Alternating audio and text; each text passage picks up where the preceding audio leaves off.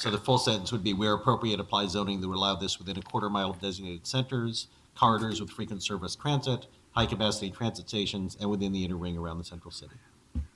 Okay. So we heard a lot of testimony that folks were not comfortable with what this even meant. I just myself am not comfortable with even the term middle housing. And we assured folks that there would be a further process to decide where this goes, what it means and such. So I'm not sure why we're even specifying where appropriate means where appropriate. And I would prefer to just delete the last sentence saying specifically, and even more so, now that we're specifying more and more things, why don't we just look at where is it appropriate and direct the Bureau to go back and come back to us with a package? And have full neighborhood engagement on, is it a quarter mile, is it a half mile, is it dispersed, is it here, there, or everywhere?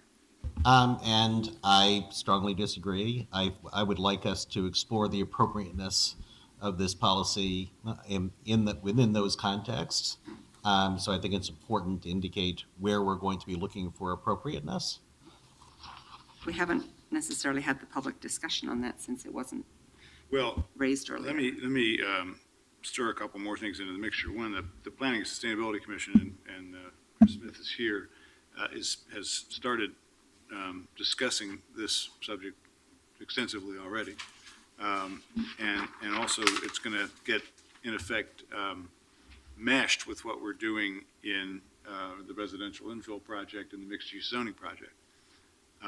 So it seems to me that implementation consists of getting all that right, including applying it to the zoning map.